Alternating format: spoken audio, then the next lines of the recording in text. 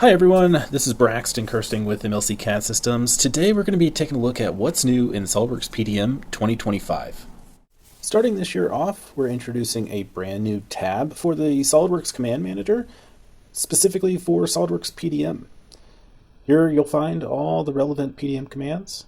The Git command has been updated to now include a column for revision, so we never have to really know which version is associated to a specific revision. Also in the Git dialog, we've added a column for the checkout procedure. So if you're performing a Git and you plan to be making changes to that latest version, we can go ahead and check it out at the same time. This assembly does contain an electrical route subassembly.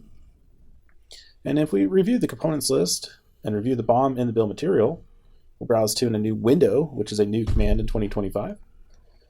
And if we compare these side by side, we'll see the components list is now following the assembly order even for our route subassemblies.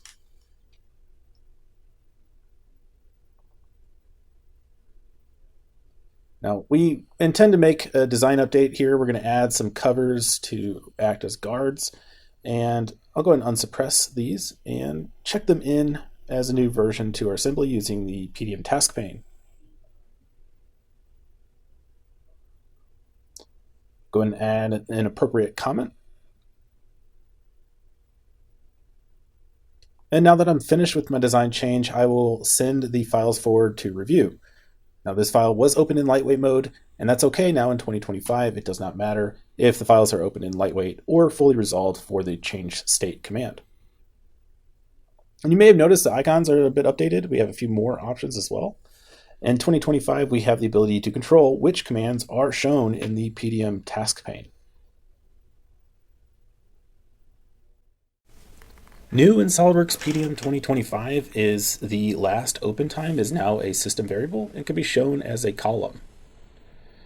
When using the search card, we now have the ability to show the preview on the right-hand side of our screen. And when we are viewing bitmaps for our preview, the transition to e-drawings has been made more apparent with a easily found button at the top of the preview.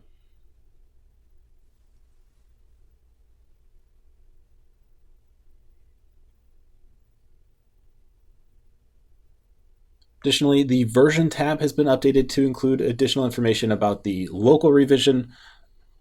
And when we go through the action dropdown, we've seen a new command added, git revision, which pares down that listing to only versions that had a revision label assigned to them.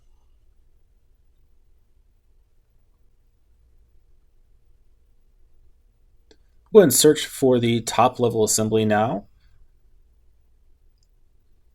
And let's view the bill of materials for top level assembly. New in SOLIDWORKS PDM 2025 is a flattened view, which will give us a quantity rollup, not only of the parts, but also of the subassemblies that make up our top level assembly. And when we're ready to maybe export a bill of material, we can now include those thumbnails as we can from SOLIDWORKS in our CSV file.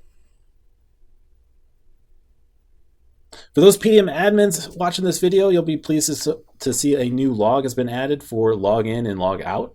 This includes login and logouts to the Web 2 or even the Web API usage. Additionally, the bill of material configuration it now allows for setting default view types. So if you want to always see the top level bill of material for a specific BOM configuration, we can design that in as an admin.